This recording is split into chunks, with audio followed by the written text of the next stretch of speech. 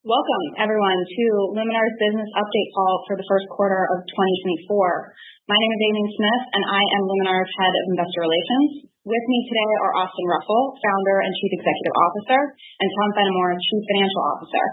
As a quick reminder, this call is being recorded, and you can find the shareholder letter that accompanies this call at investors.luminartech.com.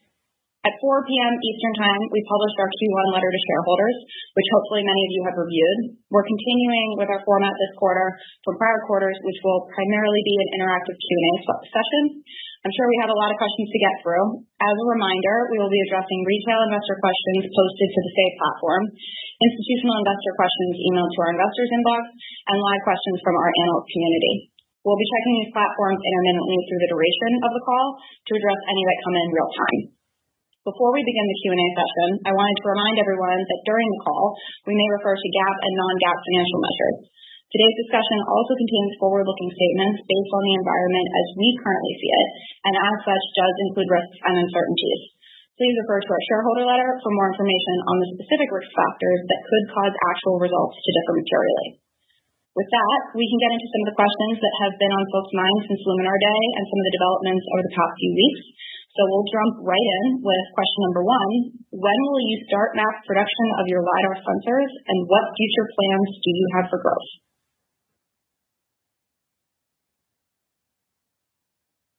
All right. Hey guys. Thanks. Hopefully you hear us okay? All good.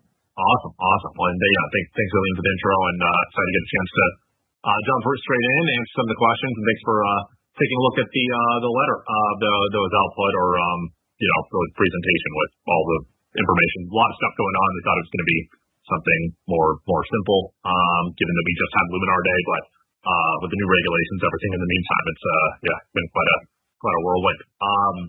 But in terms of the SOP question, that's of course one that we're really excited about. We did officially hit our start of production milestone, with Volvo. So that's something that the past decade of Luminar has been leading up to, and we're fortunate enough to get a lot of big congratulations notes from folks in the industry that have been waiting for this moment for quite some time, and of course with everyone from our other customers to other kinds of automakers to see this success is very meaningful, all the way even to our own supply base.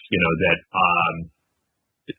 with the vast majority of programs not ultimately making it to production in the broader autonomous vehicle world, this is something that's, I think, a standalone shining beacon showing what is possible, and people are very much taking notice. All right. Our second question: what are the implications of the new NHTSA ruling, and what impact will this have on Luminar? Can you meet these standards and broader autonomy without LiDAR, like Tesla believes? So we're not aware of any system that comes even close to meeting it without LiDAR. And what we've actually shown is that with our long-range LiDAR across all the different testing protocols, including specifically the ones that NHTSA has outlined, that we are able to successfully meet and beat those different protocols. And this is all confirmed as well by the testing that Swiss Re has done independently. We showed that off at Luminar Day, where they're able to show a massive double-digit improvement in terms of the safety implications, as well as in reduction of vehicle accidents and crashes, as well as when they do occur, still significantly a reduction in the speed at which the accident occurs, corresponding to improved mitigation power, so to call it, from that. And what that all means is that we believe that long-range LiDAR is required to be able to meet those kinds of new standards that NHTSA is mandating across the board, and a massive tailwind overall for the adoption. I have to say I was pretty impressed by how far they went on these regulations. I mean, we know it's been coming for some time. A decade in the making, and the U.S. is really stepping it up, and I think will serve as the benchmark worldwide. We saw similar trends, decades ago with everything from seatbelts to airbags to even the concept of AEB in the first place that camera radar were able to solve for. But as we know, the majority of accidents that occur today still occur even despite some of these advancements in the EV technology, and it needs a fundamental step function improvement. And that's not to say that there isn't still room left to be able to do improvements to be made with existing systems. Absolutely, that's the case. But we're talking a totally different world. In particular, there's a massive increase in the speed at which required to be able to do this, as well as a requirement for pedestrian testing and braking during daytime and nighttime. And what we've seen is across the automaker landscape is, I think, also a lot of surprises that this is now pushing forward so quickly, kind of beyond the expectations. In the letter we outlined that I think this is pretty clear in terms of driving standardization as much as a decade earlier than what I was otherwise thinking, and 10xing our opportunity for what we have ahead. And this is all happening, like I said, literally in automotive years. This is like right around the corner in 2029. So I think this is possibly one of the best things to happen to Luminar, maybe even the best thing to happen to Luminar in our entire history. So very excited for that. Great. Next question is around the announcement from last Friday. Would it be accurate to say that the restructuring goal is to outsource much or most of the manufacturing process in order to reduce capital need and related risks, as well as to more rapidly ramp up production?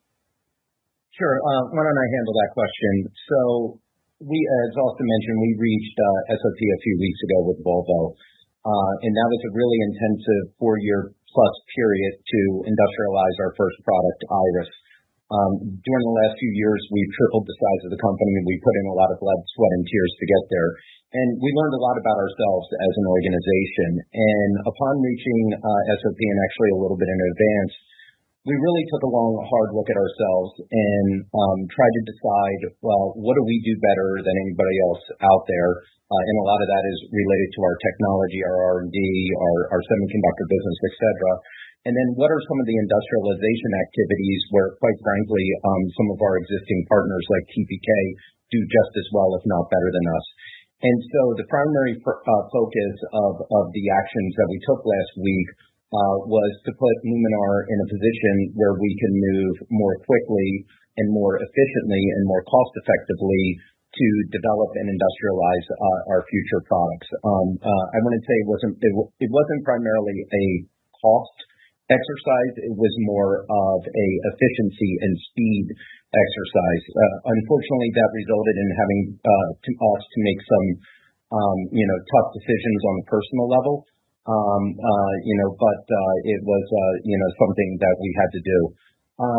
When you kind of look at the magnitude of those savings, they result in about $80 million of savings. Substantially all of them should be realized on a run rate basis by the end of the year. A little more than half of those are going to be cash savings, and a little less than half is going to be stock savings in terms of stock we issue to our employees and some of our vendors. Not included in that 80 are going to be some of the benefits we get from being able to move faster on the industrialization, as well as more efficiently. And let me try to quantify that. If I look at what it costs to put the capital in the ground, both to build out the building, the clean room, and the automation equipment for our Mexico plant, that totals to about nearly $60 million. What we expect to be able to launch our second facility in China with TPK for is going to be about 20% of that amount. Not 20% less, but 20% of that amount, and that's for almost triple the capacity. The other thing, if you look over the last 3 years, and I would say if you look at some of the industrialization costs caused by inefficiencies from industrializing our product for the first time, over the last 3 years, between cost overruns on some of our NRE budgets, as well as inventory write-downs and duplicative testings, and once again, all this stuff is normal when you industrialize it for the first time. We want to focus on getting more efficient the next time. Those 3 things alone over the last 3 years total nearly $100 million, and we think we're going to be able to substantially reduce that amount going forward for our Halo product from the lessons we've learned in doing it more efficiently. And then finally, we have our first Halo win. We'll talk about more of that in a bit, I'm sure. But our SOP now for Halo is going to be in 2026, and we wouldn't be able to move that fast without industrializing our first product and putting in place this new structure with LTEC. So yes, there are cost benefits of it, but more importantly, the reasons that we took the actions we did was to make us more efficient and leaner and meaner and to move quickly in our industrialization process. Well said, and I think describes all of that, and it's been a whole journey for us, over the past decade, and I think if you really zoom out overall, what we've invested, on the order of around $1.8 billion to be able to develop the technology platform, the IT platform, and the industrialization muscle, to be able to enable this, to make this possible. And that's where now you look at, okay, what is the incremental cost, to develop a new product? What is the incremental cost to be able to scale? And that has come down radically, from relative to the total investment amount that we had to do in the first place to get to this stage, to get to this leadership position that we've been. So now what sort of what starts out as a headwind, now we get to ride in terms of the respective tailwinds of that. And of course, TPK is one of the first steps of the evolution of the business transformation, and there's going to be more to come. This is something that certainly we're looking forward to. And when you take a look at, it's the same thing of like you have a couple $2 billion, what it takes to have the first kinds of technologies, products, Iris family, now what, talking on the order of closer to like on the order of 100 million now for Halo, because we already have this investment, we have the technology that now we're just iterating on each generation of chip, on each generation of subcomponent that makes that possible. So, excited for what's ahead and doing so very efficiently. And of course, you guys, please look at the shareholder notes as well as Luminar Day if you haven't seen it, to see some of the breakthroughs that Halo is enabling and beyond. Thanks, Austin. We're going to switch gears and take some questions from the analyst community. As a reminder for our analysts, we want to get as many questions in as possible, so we're going to allow an initial question and some follow-ups. Our first question is going to come from Kevin Garrigan at West Park Capital. Hey, Kevin. Yeah, thanks, Eileen. Hey, Austin. Hey, Tom. Thanks for letting me ask a question. Wondering if you can expand on where in the process the two non-series production customers are that you noted in the guide. Is this next phase kind of the final stage before announcing a series production win? And are these contracts kind of yours to lose, or are you facing some competition with these two? One of them is an automotive customer, and I would say we're getting to the tail end of the development phase. Once again, I don't like to predict when our customers are going to make specific decisions that we want them to make, because that timing is largely out of our control, and it's been taking a little bit longer than we would hope for.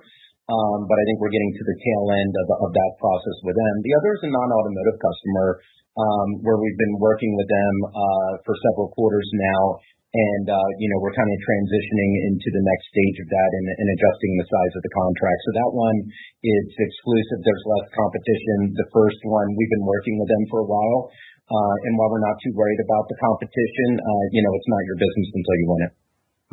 Good. Got it. Okay, perfect.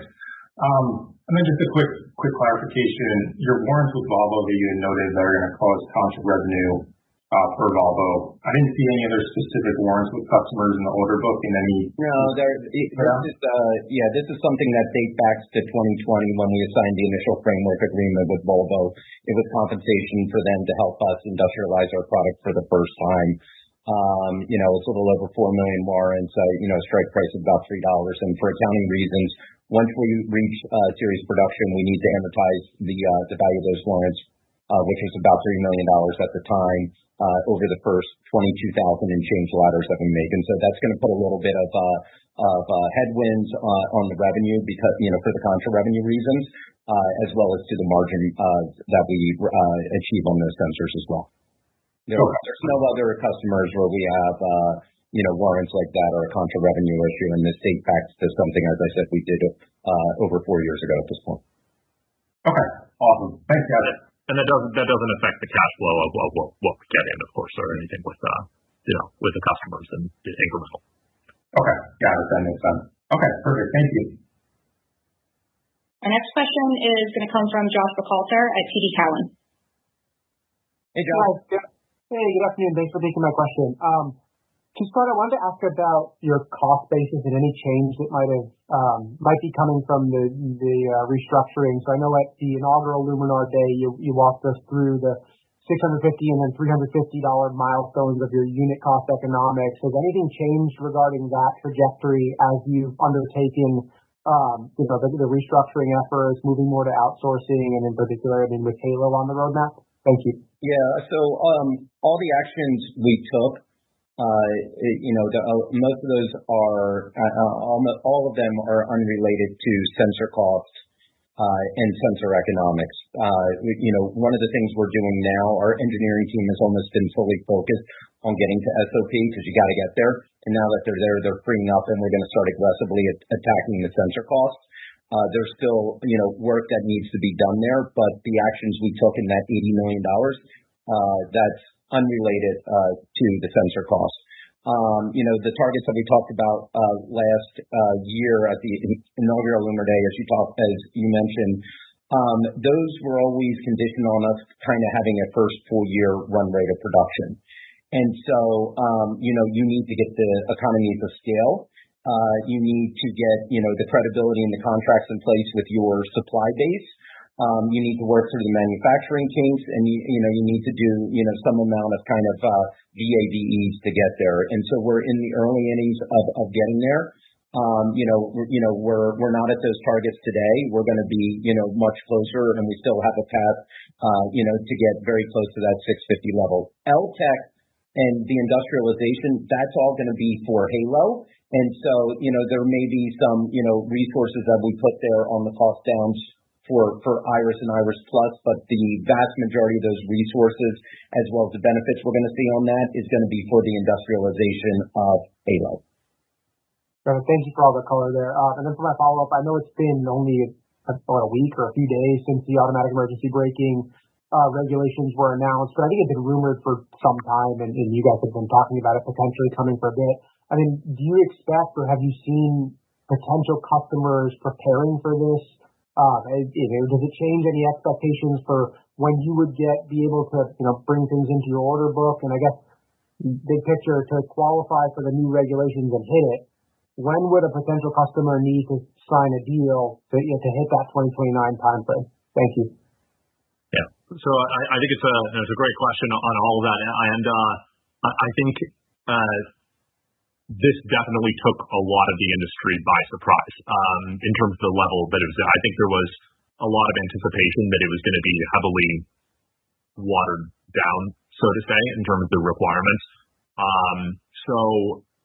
For example, in particular, the majority of the automakers have been part of actually an alliance that's been lobbying to be able to significantly reduce the requirements there such that it would not be mandated, so to say, to align with something that would have this kind of level of capability on every vehicle. Because remember, it's not just high-end vehicles; it's literally even the lowest end possible vehicle, like every single vehicle that's sold. And they've said that it will take up to $4,000 in additional hardware and software costs per vehicle, which is obviously great from a content value standpoint.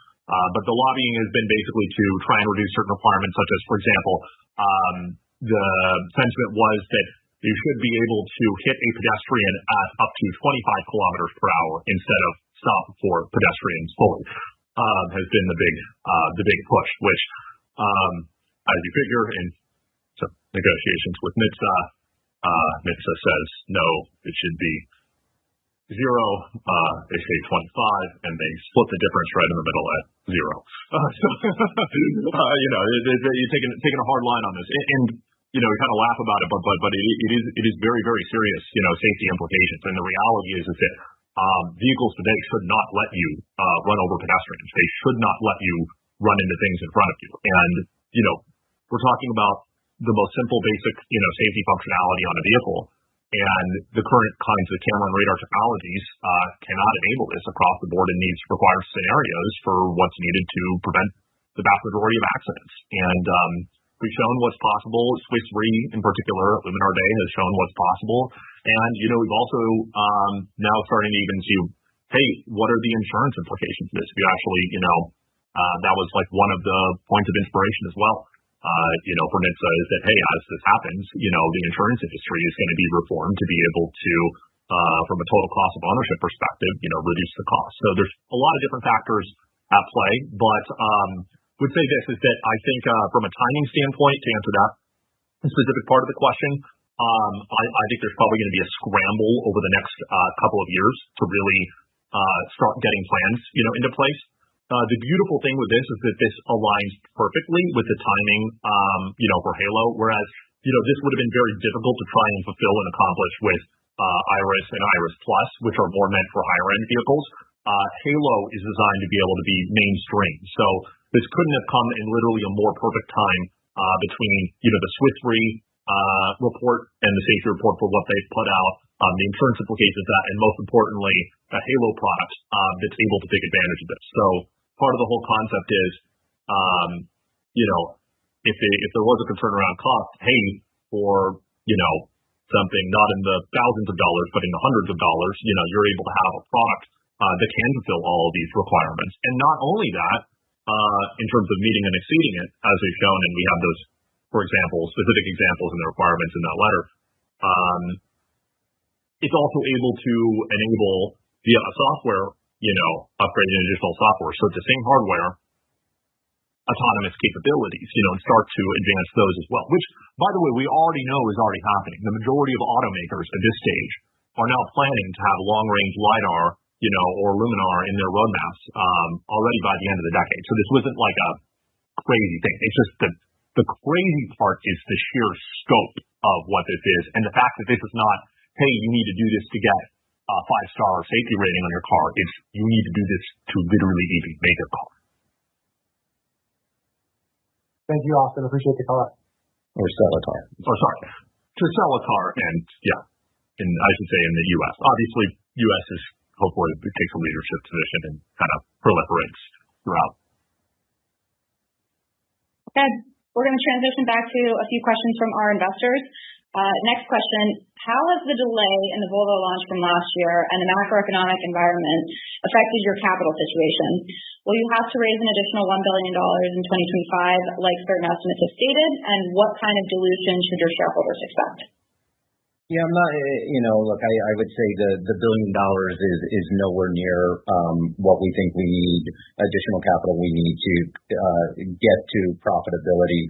Now that we're SOP, now that we've taken some of the restructuring actions that we've taken, we're still, finalizing our analysis on what the additional capital need is going to be. And we're looking at a variety of scenarios, including downside scenarios. And even in our extreme downside scenario, we get nowhere around $1 billion. The number that we're sending around on is somewhere around $200 million of incremental capital, plus or minus. And, when you kind of look at where our balance sheet is today, we have enough cash to get us to at least the end of 2025. So, we don't have a gun to our head to do anything soon.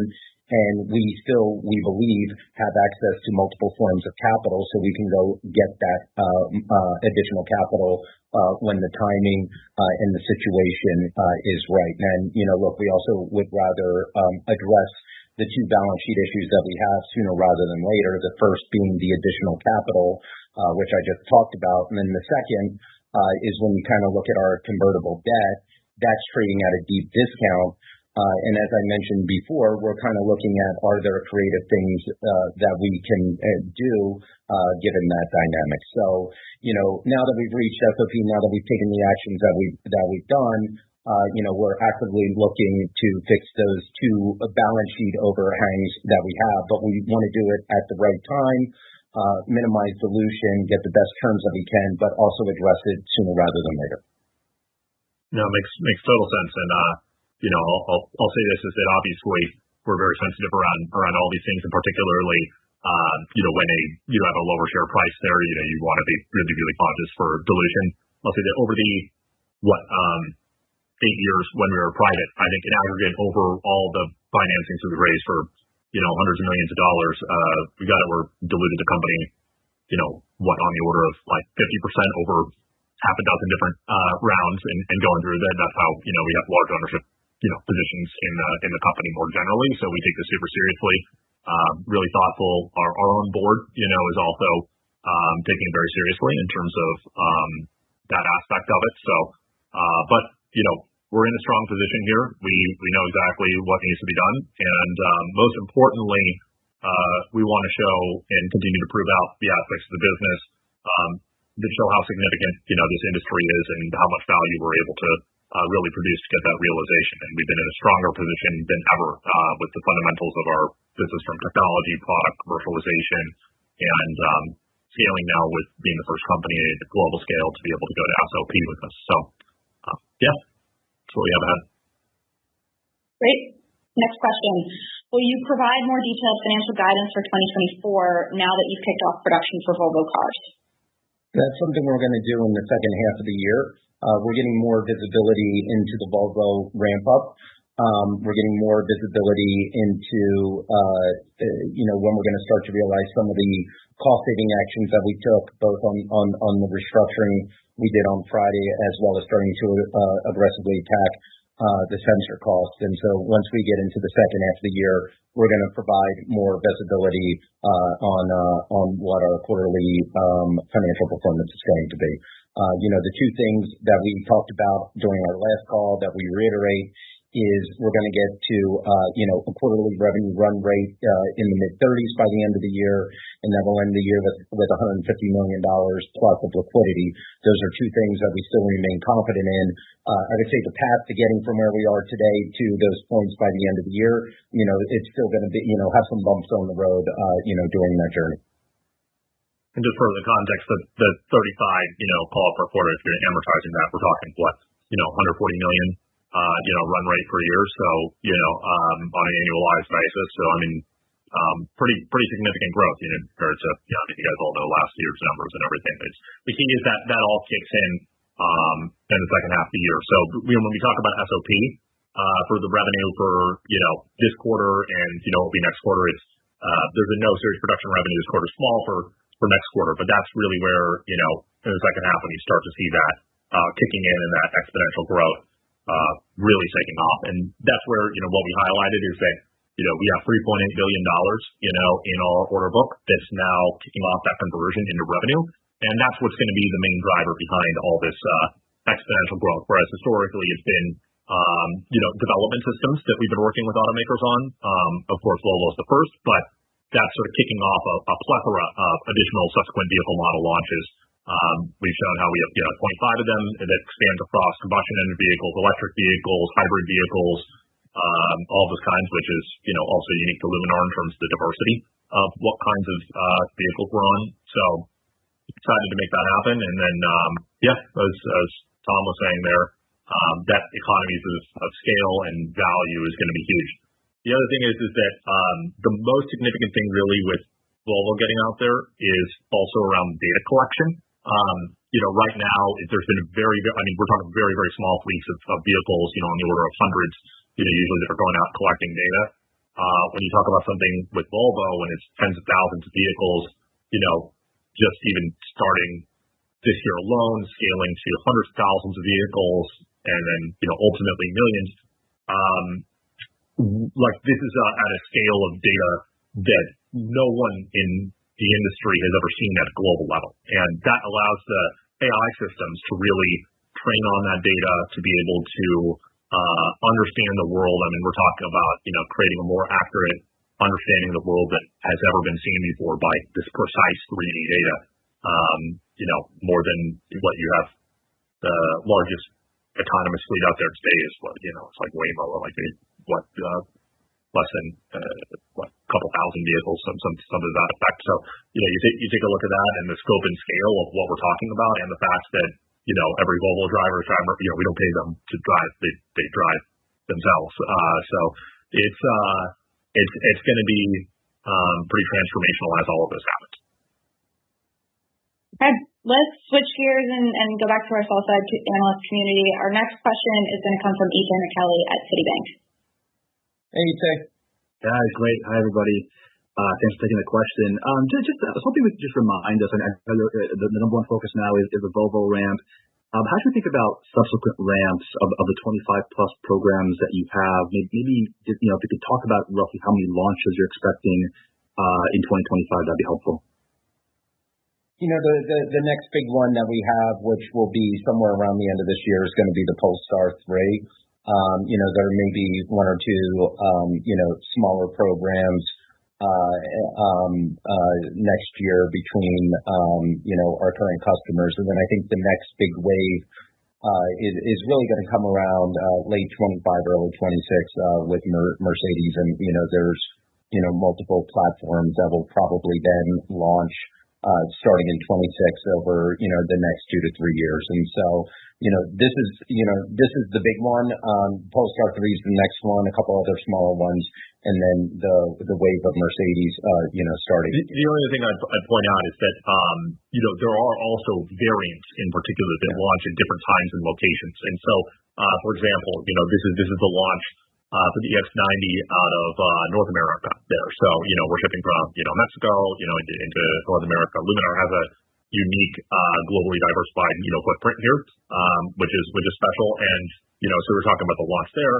Then you talk about launches in China. There's already been, they announced the EX90 Excellence as well as the EX90 China variants.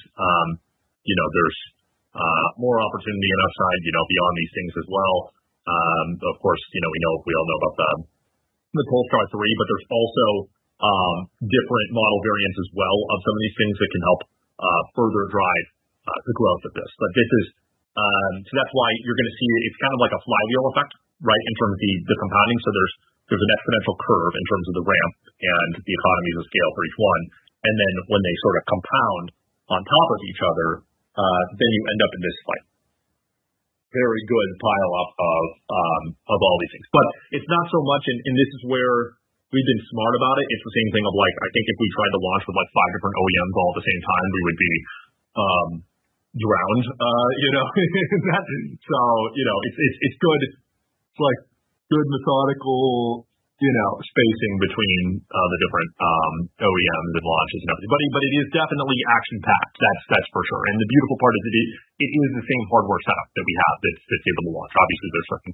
kind of specific integration modes and certain kinds of incremental customizations. But the large part, it's 95% the same thing. Terrific. And my follow-up, Austin, you mentioned data collection. I kind of want to go back to that a little bit here.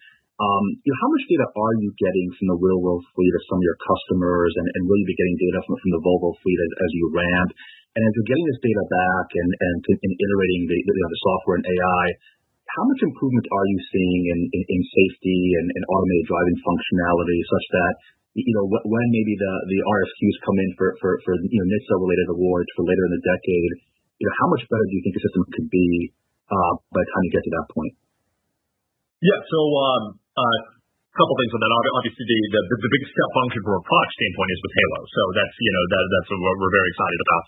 But I would just say from a data perspective, more generally, there's two aspects of it. So one is from a customer standpoint, where they need the data first and foremost in terms of being able to build out the features, optimize them, and do all the safety checks on it, and then ultimately, release the features. And that's where you're going to see, the LiDAR get more and more utilized, over time, for these additional, starting with safety features and ultimately autonomous driving features and other kinds of things that it can be able to enable, creating maps of the world, doing all those things. And, so I'd say from a customer standpoint, they need this to build and train their AI systems there.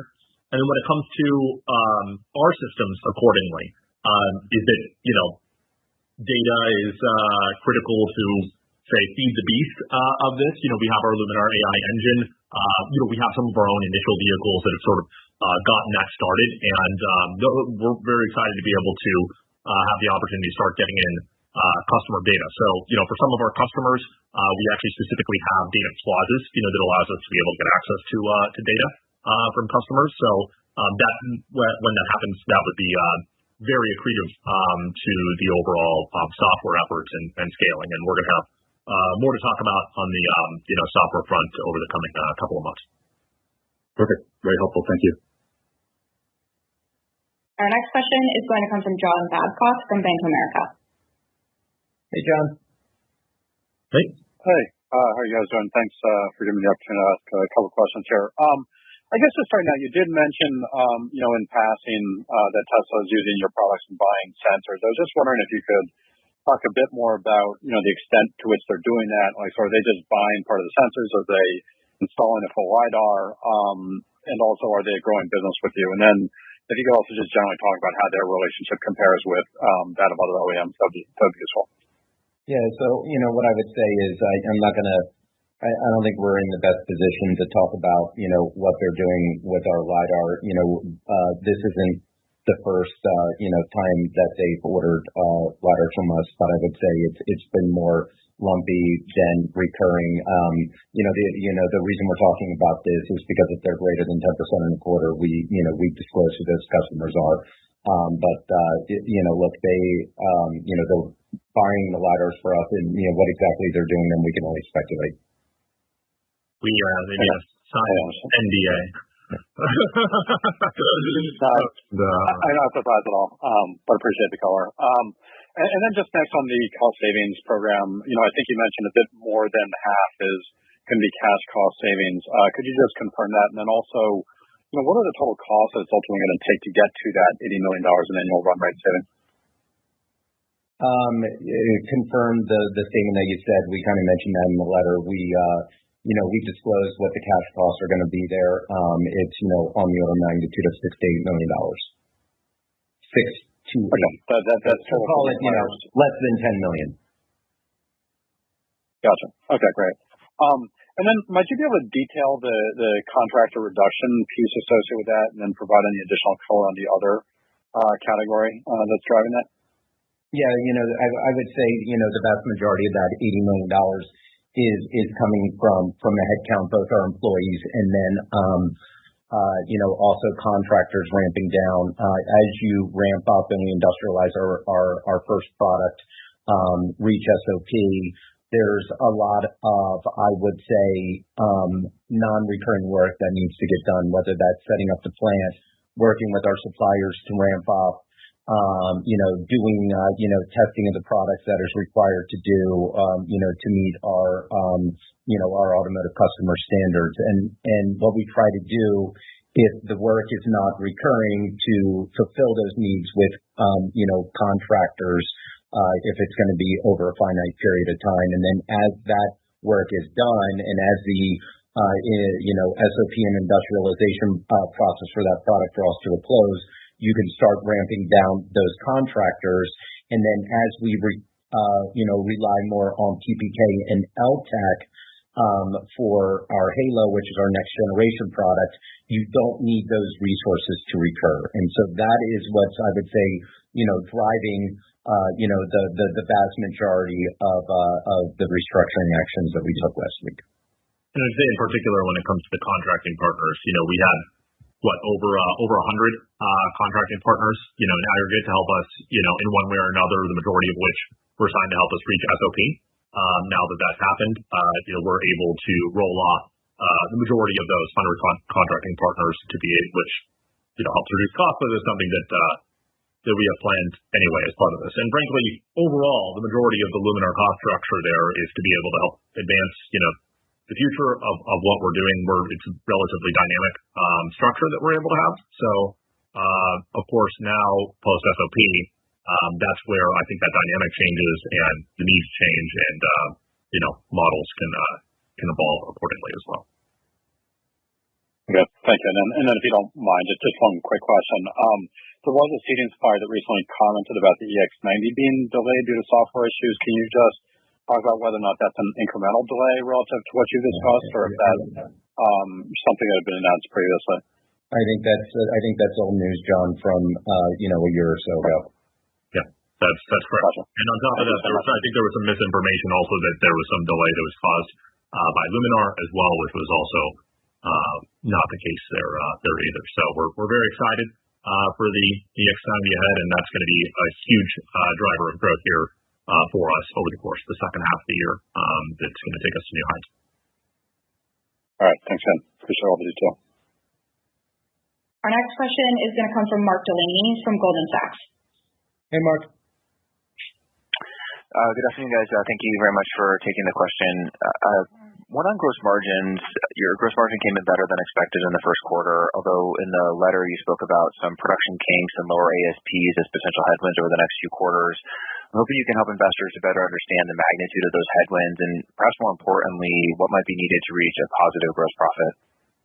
Yeah. Mark, I think the improvement we saw during Q1, that was largely driven by the industrialization costs, coming out of, starting to come out of the system in good chunks. We were hoping that happened in Q4. It happened instead in Q1. As I said, the ability to kind of predict when you kind of do what needs to be done to launch your first product, there's some variability there.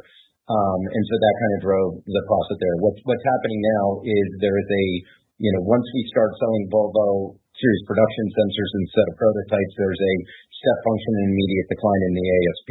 And, we can't wave a magic wand and have our sensor costs decline at the same rate. It's going to take us a few quarters to start, witnessing the benefits of the actions, we have taken and are going to accelerate taking now to get those costs lower.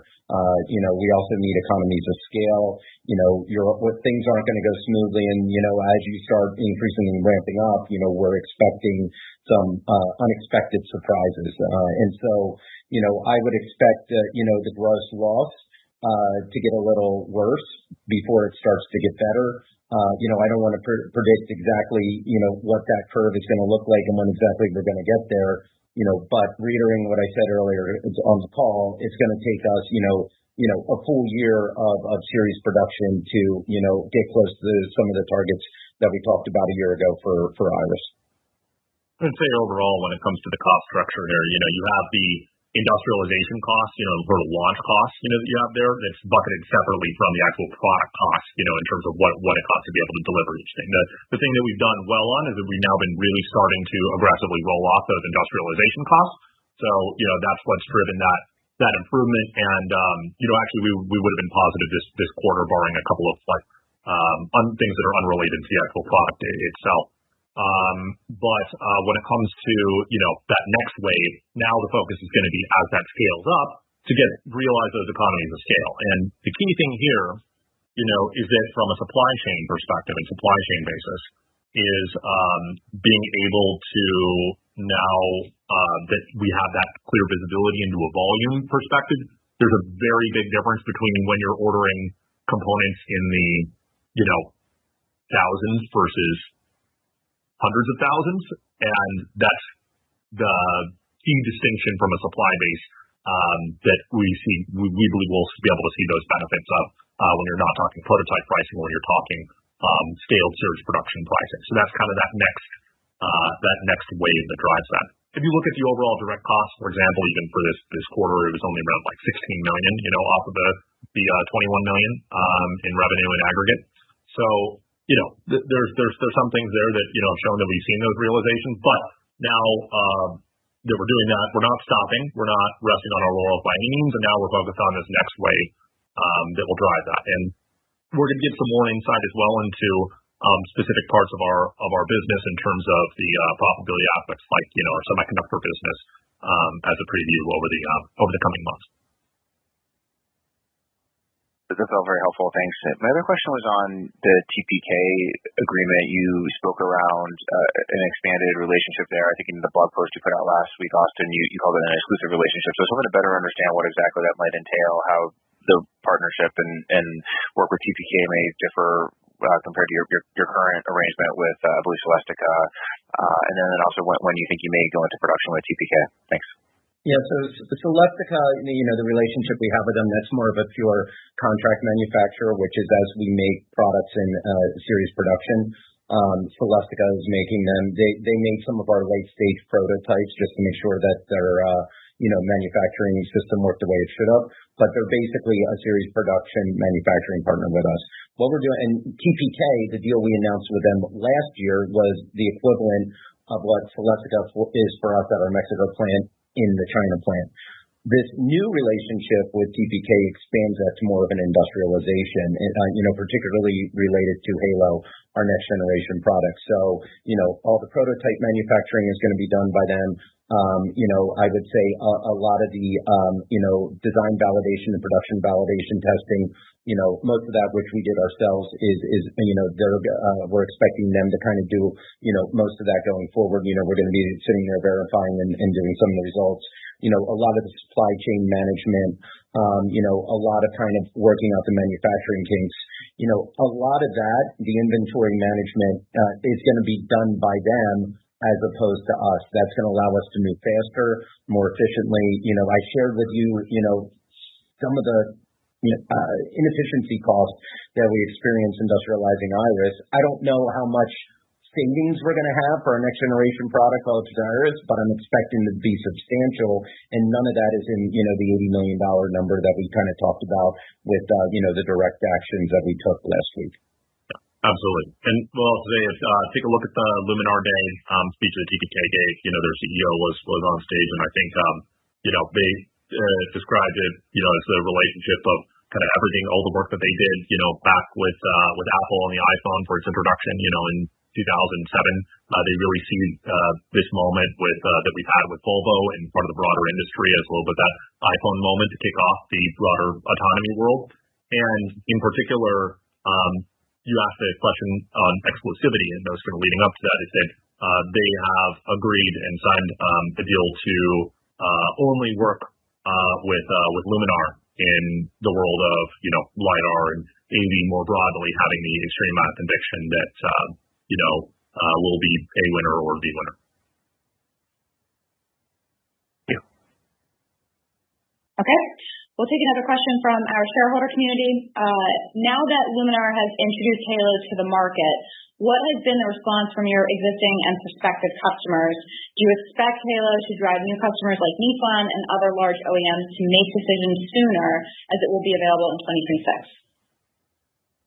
Yeah, I think it's been a great reception. Of course, as you figured, there's been some level of work behind the scenes, with automakers on this, leading up to this.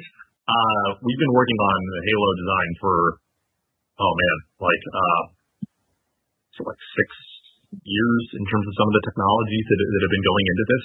I mean, this all goes back to this, nearly $2 billion technology foundation and IP foundation that we've been able to develop to make this possible. That's how we get to ride all of those tailwinds and do so very, very efficiently this time. And of course, this is really taking into account the things that automakers are most excited about. And that's what allowed us to move so quickly to a point of where we can announce today, our first OEM win with Halo. So, very excited about that. And that's a start. There'll certainly be a lot more to come. And I'd say for major automakers, I mean, the key thing is that, as you said before, people were really looking for, two things. One was the validation that Luminar could successfully make it to series production in a world where the vast majority of programs do not successfully achieve that. The vast majority of companies aren't successfully able to make it. Luminar has proven that it is very much possible and executing to that.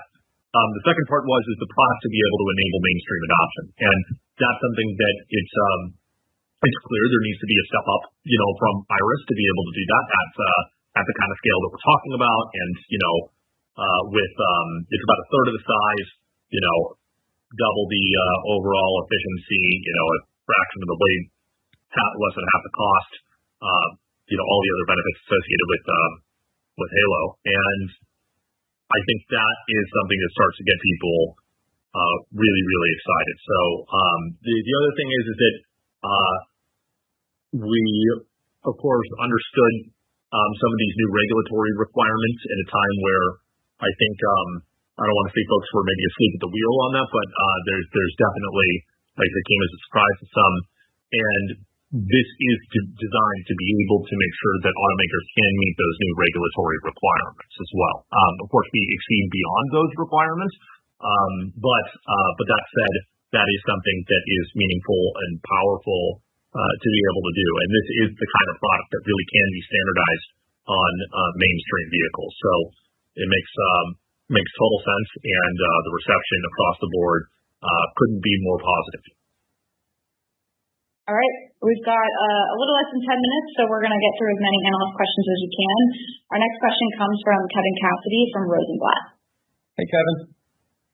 Hey. Hey. Thanks for taking my question. My question is Halo seems like a real game changer, and as the industry has evolved, can you tell me about more what's happening in the bidding content? For your competitors, we'll say, what's the competitive landscape? How has that changed? And also, what are the priorities that your customers are looking for now? Has that changed since when you first got into this bidding process? Yeah, I would say that overall, one thing that I think is significant in the case of Luminar specifically is that for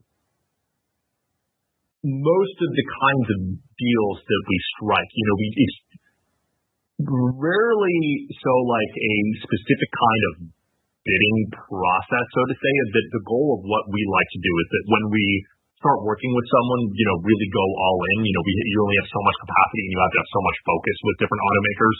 And what we'll do is we'll try and strike a more, call it company-wide, deal for something that covers all the different kinds of scopes, products and technology, other things that they're enabling, rather than maybe say for like one specific point in time or one specific vehicle model for, some arbitrarily low volume or not. I think that the way that you make this work is you have to have the big economies of scale.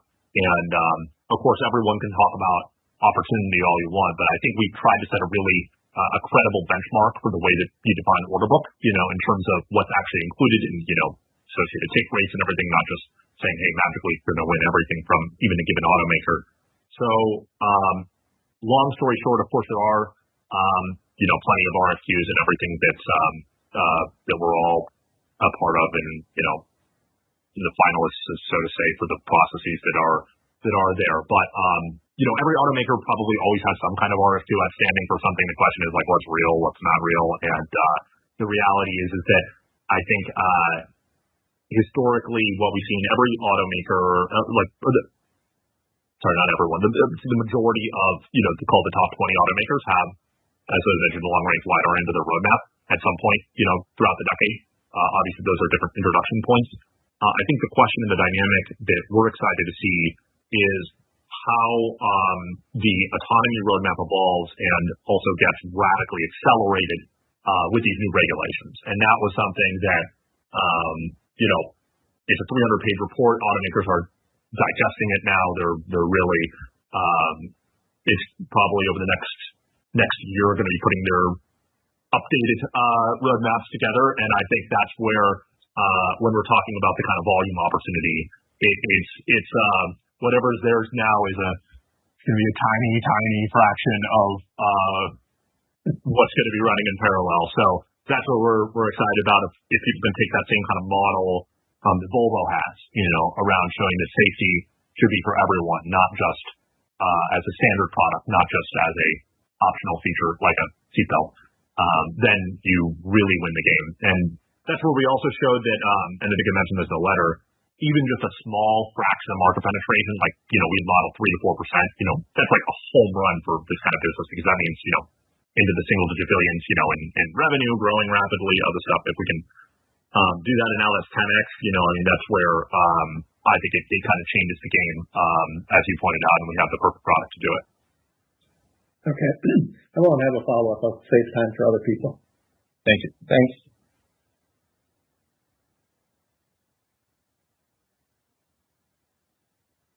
Who do we have next, Aileen?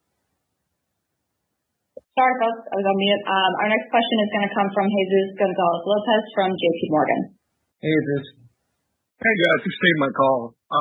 Just wanted to ask about the $50 million run rate cost savings you guys called out.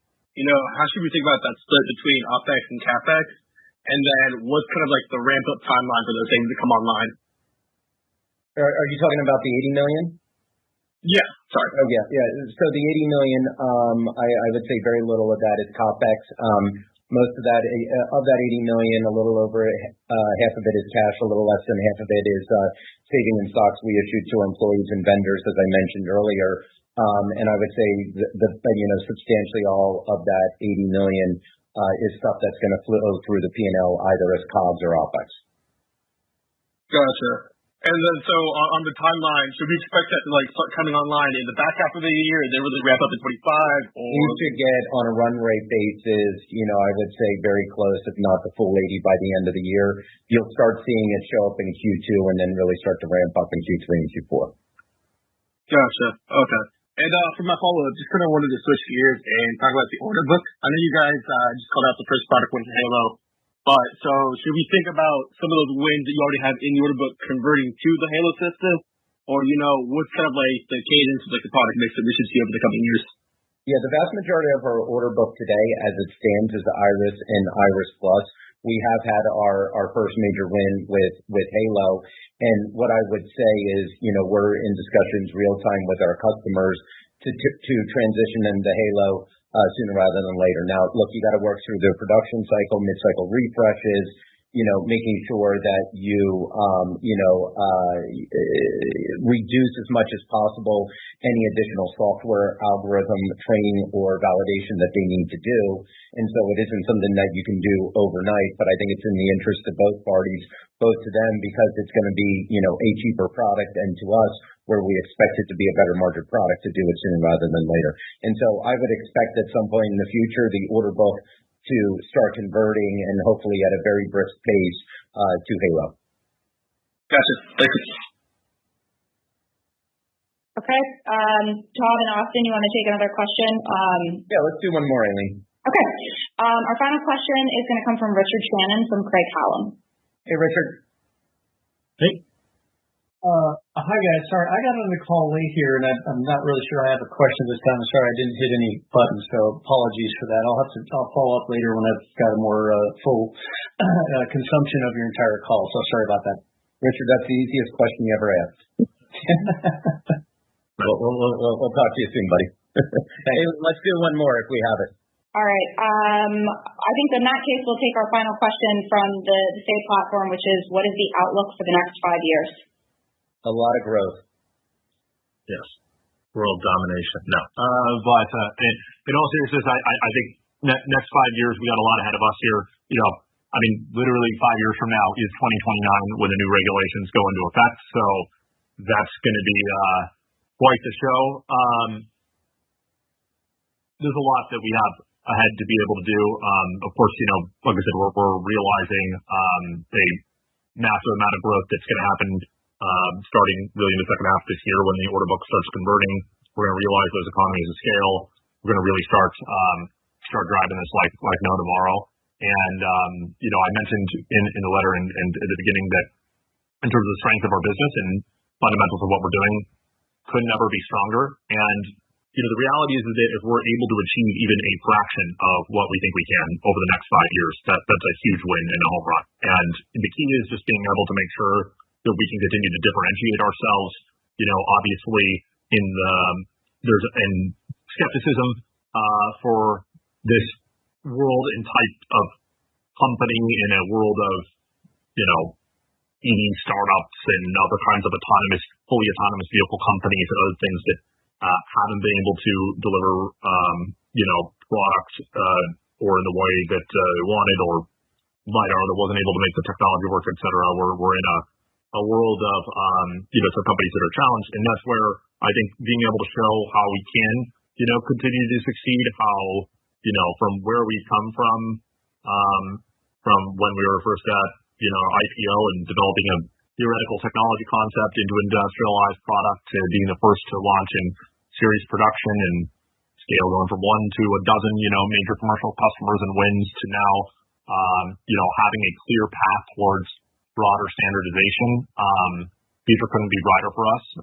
Key is we know what we have to do, and that's not to say that there aren't headwinds. We know the macro, headwinds that in a broader scale that have come into place. That's clear to everyone, and it's not lost on us by any means.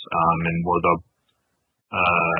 tackling it head on. And I think that's where you guys saw, some of the restructuring actions, that we took place on Friday. It seems like it was a surprise to some. Probably shouldn't be a huge surprise given we just kind of signaled that. And the reality is that as we're talking here today, over the course of the next 5 years, there's going to be other drivers of efficiency that we're taking, and it's not even going to take that long. I mean, we're talking literally over the next 12 months. This is the first phase of what we're doing. There's a lot more opportunity that we have ahead, and we're going to be fully capitalizing on that. So I'm very excited for what we have ahead for that time frame, and thank you everyone for being on the journey with us as we make that happen. All right. Okay. Thanks everyone. That marks the end of our question session. I'd like to thank everyone for sticking around and participating in the call, and for the analysts that asked the questions, and investors and other folks that joined us. We look forward to talking to you guys next quarter. Thanks, guys.